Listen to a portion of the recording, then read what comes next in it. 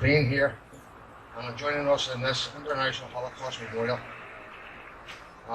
Day. I would like to thank the Reverend Colin Duncan for taking the service tonight. Also, our association President Jim Black for accompanying the address. We in the First Shankill Somme Association stand here tonight in solidarity and to our friends in Israel and the Jewish community worldwide. Thank you. And I hand you over to the Reverend Duncan. So thank you very much indeed. This is a very solemn occasion. The 27th of January is Holocaust Memorial Day, and I think this is a first for the Shankill, holding this day and holding this time of memorial. And hopefully it's maybe a tradition for the future, particularly from this special garden here. It's a time where we very particularly remember the atrocities of the Nazi regime during the Second World War, which was, of course, particularly targeted against the Jewish community, but also against communists and against trade unionists, against ethnic minorities, against gays, against Jehovah's Witnesses, against others who resisted the Nazi ideology, including some Christian pastors. And I'm just going to take a poem here from a particular Christian pastor called Martin Niemöller. And he actually was arrested by the Nazis. He escaped execution. Some of his colleagues didn't. And he wrote, "First they came for the communists, and I did not speak out because I was not a communist. Then they came for the socialists, and I did not speak out because I was not a socialist. Then they came for the trade unionists, and I did not speak out because I was not a trade unionist. Then they came for the Jews, and I did not speak out because I was not a Jew. Then they came for me, and there was no one left to speak out for me." And that's the danger, really, when we see ideologies like Nazism. Nobody is left to speak up. The theme for today from the Holocaust Memorial Day Trust is One Day.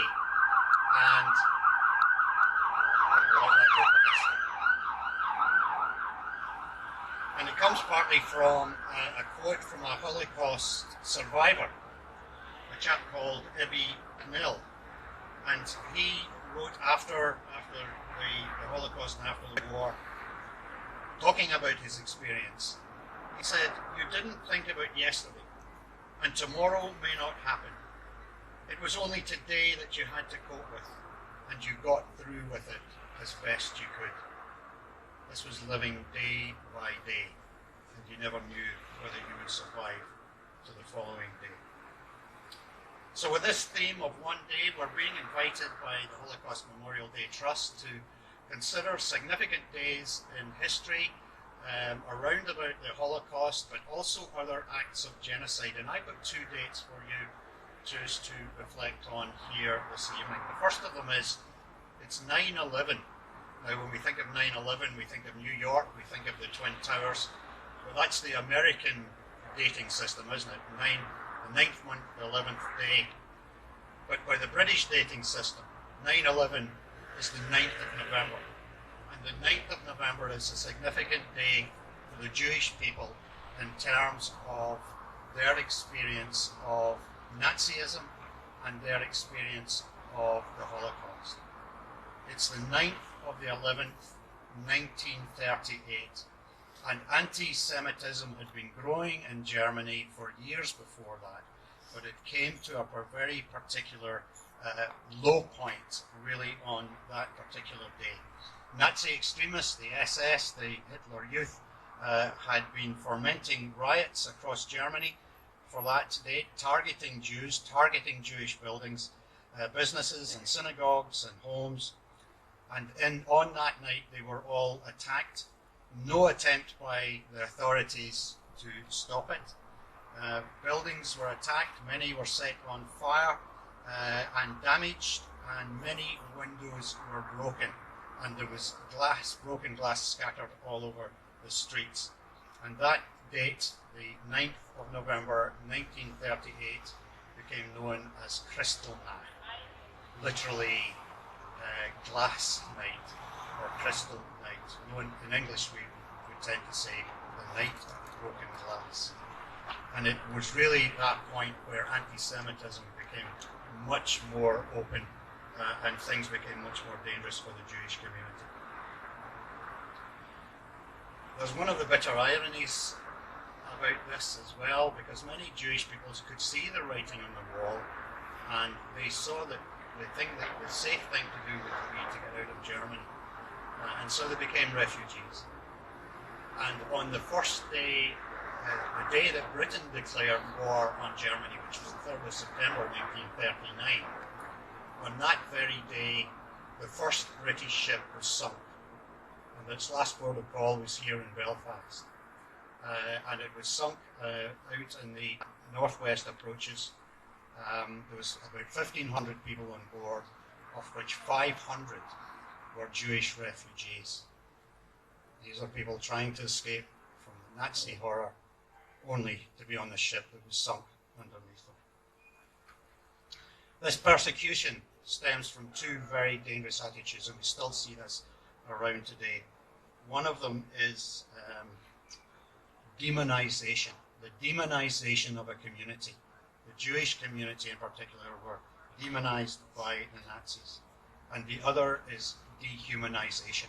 It's where the Nazis were looked on as being less than human, and therefore they were just like animals, could do what they liked to.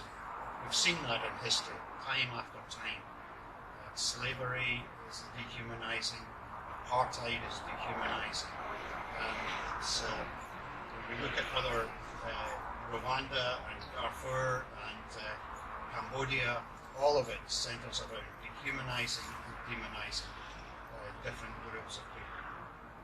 The second date, which I just want to bring you, is it's a date which is significant to yourselves and the people in the Shankill, because it's a date that you would normally have a celebration. It's the 12th of July. And we're looking at a date of the 12th of July in 1995. And some of you might remember back to the time after the fall of Yugoslavia, and that Yugoslavia is separating into different areas and regions.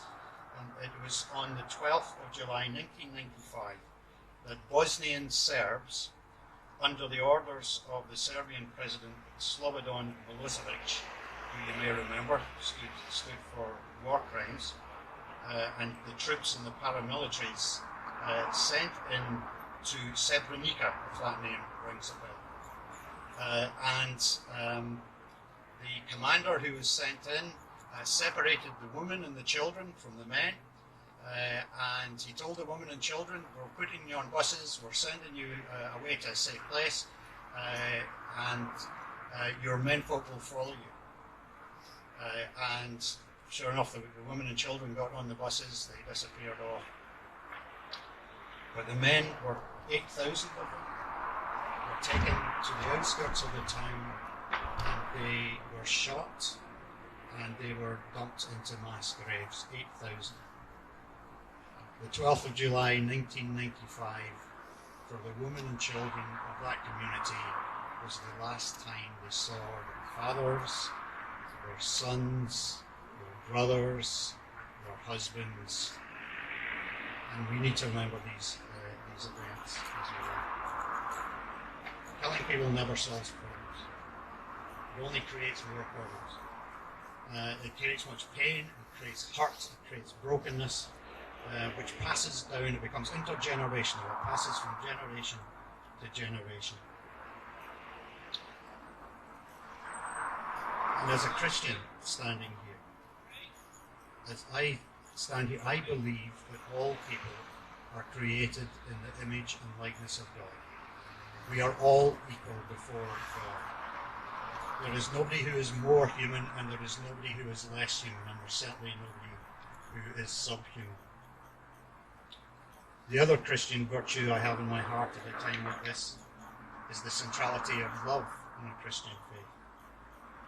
The fundamental commands from Jesus to love God, to love our neighbour as ourselves, to love one another, and also probably the hardest to love our enemies. Shortly, we'll be taking time to lay a wreath and unveiling, recognising and acknowledging this plaque that is here before us for those who have died in the Holocaust, those who have been victims of genocide over the generations since, those who have survived, and those who have been permanently scarred through their experiences. I hand over to the president of your first Shankill Somme Association. I try to keep this as short as possible.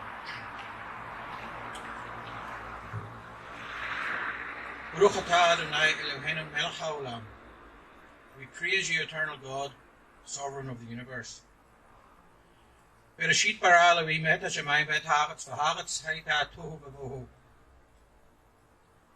These ancient and descriptive Hebrew words are taken from the Bible. They are the very first verses of the book of Genesis and are translated into English as the following. In the beginning, God created the heavens and the earth was without form and void. We all think we know the story of the Holocaust, and how Nazi Germany isolated the Jewish people and others whom they deemed unworthy, created the death camps, and systematically tried to destroy an entire people. But can we really know what it was like for those people in the camps?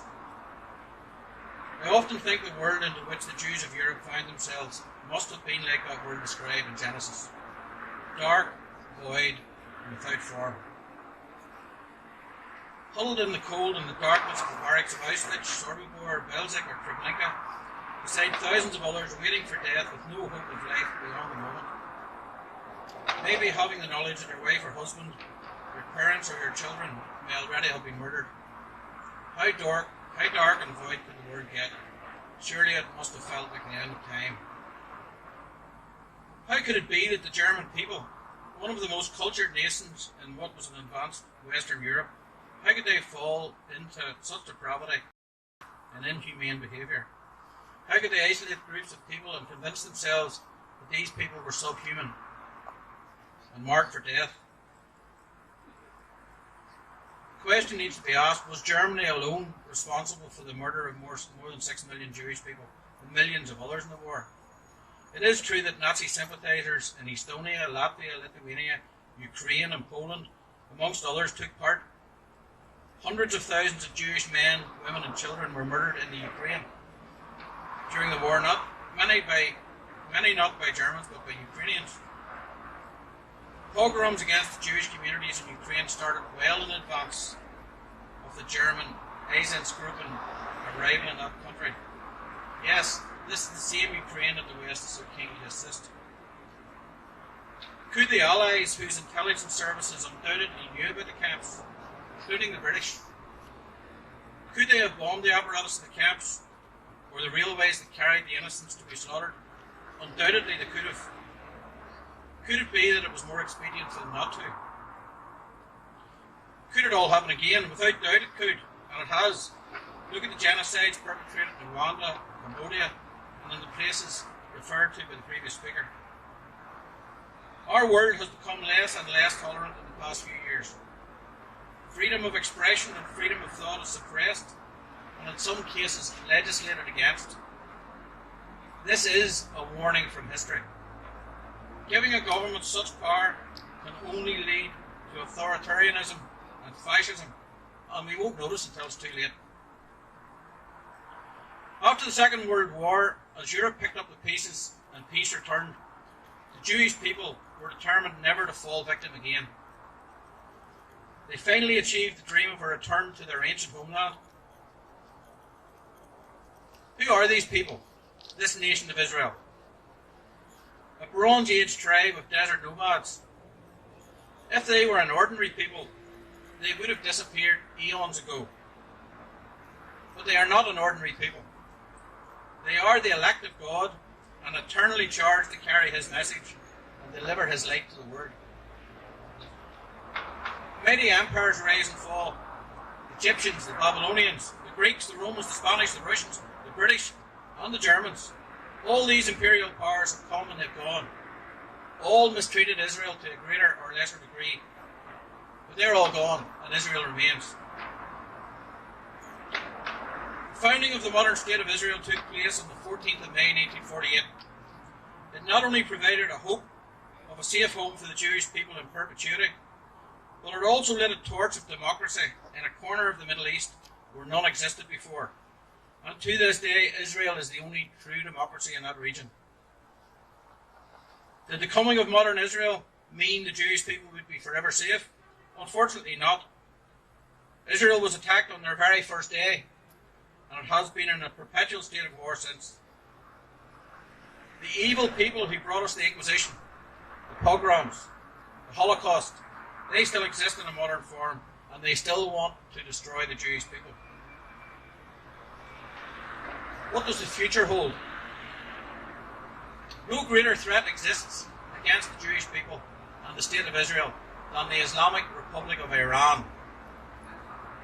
All the terrorist groups surrounding Israel, including Hamas and Hezbollah, are entirely funded by Iran.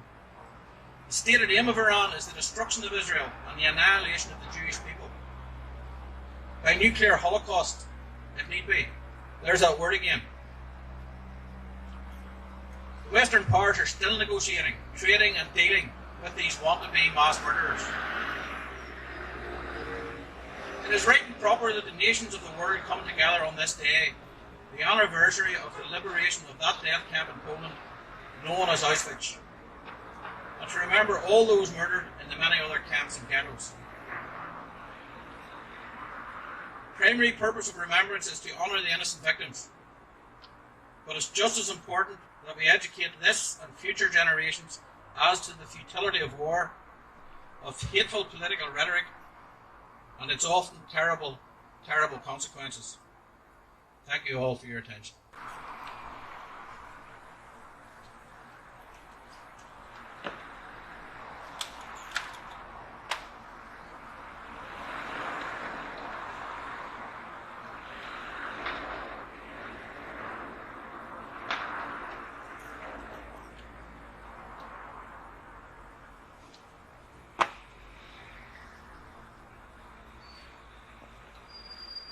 This plaque that has been placed in memorial of the Holocaust victims. And so, Lord, I just pray a blessing upon this plaque and the message that it carries. That those who read it, Lord, will have their hearts opened and their minds opened to this reality of which we talk this evening. James.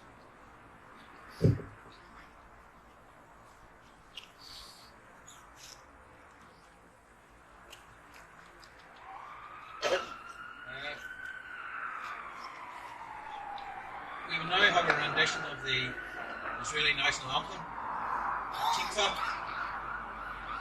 And Tikva in the Hebrew language means the hope. So if you can all look to the flag and we'll play the national anthem.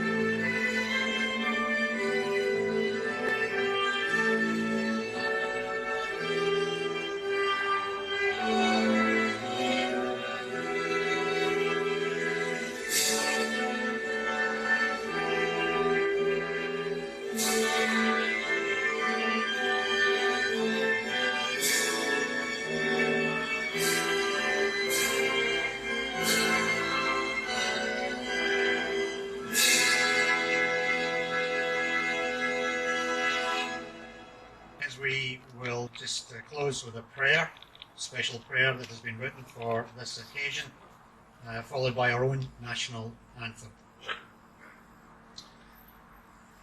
Loving God, we come to you with heavy hearts, remembering the 6 million Jewish souls murdered during the Holocaust. In the horrors of that history, when so many groups were targeted because of their identity, and in genocides which followed, we recognize the destructive prejudices that drive people apart. Forgive us when we give space to fear, negativity, and hatred of others, simply because they are different from us. In the light of God, we see everyone as equally precious manifestations of the divine, and can know the courage to face the darkness. Through our prayers and actions, help us to stand together with those who are suffering, so that light may banish all darkness, love will prevail over hate, and good will triumph over evil. Amen.